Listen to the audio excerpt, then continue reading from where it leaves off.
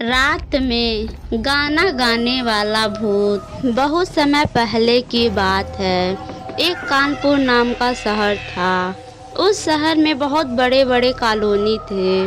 उस कॉलोनी में बहुत बड़े बड़े फ्लैट थे। उन्हीं फ्लैट में से एक फ्लैट में एक मोहन नाम का लड़का नया नया रहने आया था।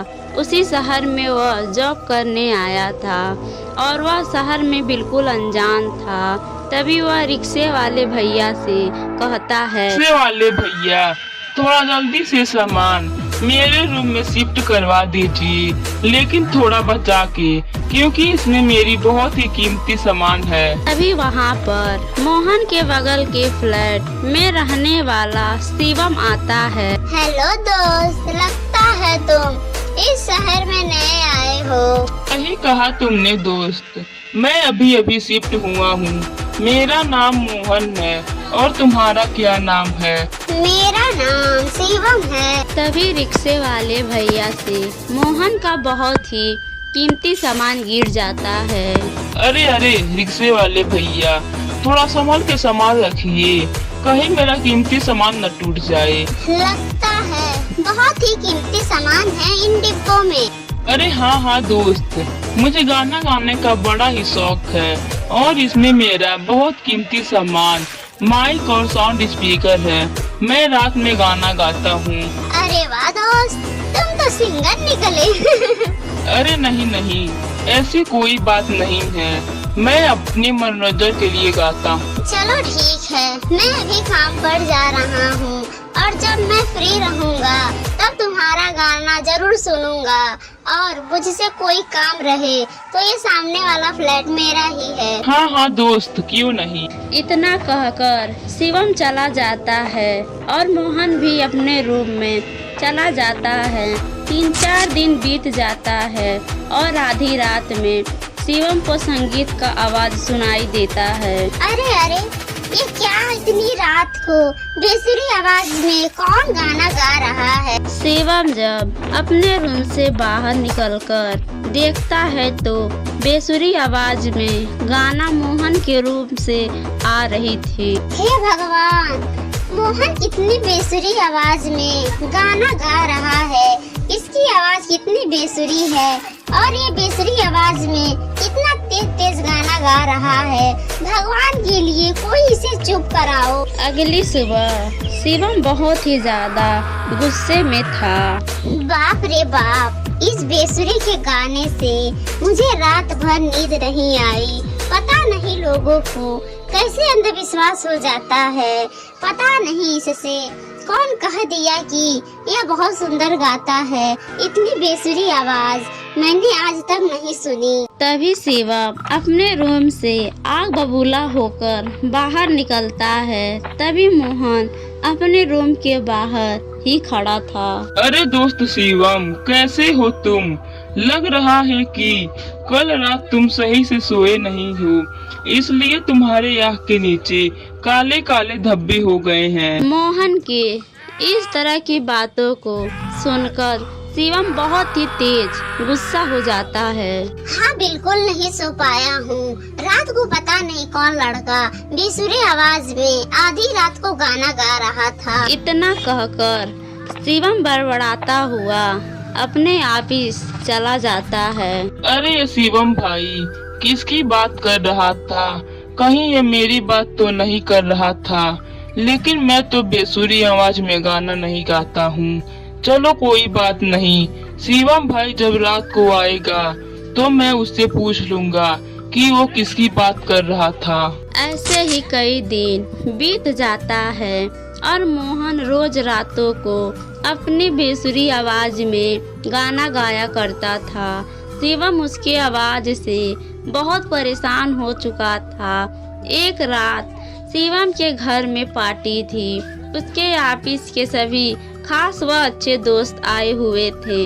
पार्टी अभी खत्म नहीं हुआ था। तभी मोहन का बेसुरा आवाज जोर जोर से सबके कानों में आने लगता है। अरे शिवम, इतनी बेसुरी आवाज में कौन गाना गा रहा है?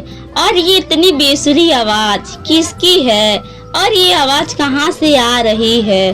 ओहो, कहीं ये तेरा वही पड़ोसी तो नहीं जिसके बारे में तुम अक्सर बातें किया करते हो? हाँ श्याम भाई, ये वही पड़ोसी है जो रोज रात में गाना गाया करता है। मैं इसकी आवाज से बहुत तंग आ चुका हूँ। देखो अपनी साउंड में कितना तेज आवाज चल रहा है, फिर भी उसकी आवाज हमें सुनाई दे रहा है। मेरे पास एक आइडिया है। शिवम आज रात उस बेसुरे मोहन को मजा चखाते हैं, जिसके बाद वह गाना गाना भूल जाएगा। शिवम को श्याम की एक भी बात समझ में नहीं आता है। क्या मतलब श्याम, मैं कुछ समझा नहीं। चलो मेरे साथ, मैं तुम्हें सब कुछ समझाता हूँ। इतना कहकर श्याम स्टोर रूम में चला जाता है और वहाँ से कुछ पुराने ट्यूब निकाल के लाता है। क्या श्याम भाई, तुम ये पुराना ट्यूब क्यों लाए हो? हम इसका क्या करेंगे? अरे यार, तुम मेरे साथ तो चलो सही, अब देखना मैं क्या करता हूँ। श्याम शिवम के साथ मोहन के रूम के सामने जाता है और देखा दरवाजा खुला हुआ था। श्याम ने ट्यूब जलाकर मोहन के रूम के सामने रख देता है और वहाँ से चला जाता है। ये काम तो हो गया, अब तो देखता जा, इस धुएं से सिंगर का होश ठिकाने आ जाएगा। हा हा हा। वाह श्याम भाई वाह, क्या बात है, यह तरकीब मुझे क्यों नहीं सूझा। इसके बाद श्याम और शिवम वहाँ से वापस पार्टी में चले आते हैं। मोहन को धुएं के बारे में कुछ नहीं पता था। मोहन जैसे ही सोने के लिए जाता है, धुएं से उसका दम घुटने लगता है। अरे ये क्या, इतना सारा धुआं मेरे रूम में कहाँ से आ गया? मुझे तो सांस ही नहीं ली जा रही है। मोहन जोर जोर से खांसने लगता है, उसका दम घुटने लगता है क्योंकि पूरे रूम में धुआं भर गया था और कुछ भी नजर नहीं आ रहा था। उसने रूम के बाहर जाकर देखा तो उसके रूम के बाहर किसी ने ट्यूब जलाकर रख दिया था, लेकिन इसके पहले मोहन कुछ कर पाता कि तभी वह बेहोश हो जाता है और दम घुटने के कारण उसकी वहीं पर मौत हो जाती है। मोहन एक खतरनाक भूत बन जाता है। अरे ये सब क्या हो गया? मैं तो एक भूत बन गया। ये सब इस ट्यूब की वजह से हुआ है। और इस ट्यूब को यहाँ पर किसने रखा और क्यों रखा? जिसने भी ये काम किया है मैं उसे नहीं छोड़ूंगा। मोहन भूत अपने हत्यारों को ढूंढते ढूंढते अपने रूम से बाहर आ जाता है। तभी उसकी नजर शिवम के रूम पर पड़ता है। तभी उसके रूम का दरवाजा खोलता है। पार्टी खत्म होने के बाद शिवम के सारे दोस्त अपने अपने घर को जाते हैं, लेकिन श्याम शिवम के साथ सबसे पीछे निकलता है। देखा शिवम, मैंने तुझसे कहा था ना, मेरा आइडिया काम आएगा। अब कोई बेसुरी आवाज नहीं आ रहा है। हाँ श्याम, तू तो बहुत ही समझदार है। आज तेरे तरकीब की वजह से मैं सुकून की नींद सो पाऊंगा।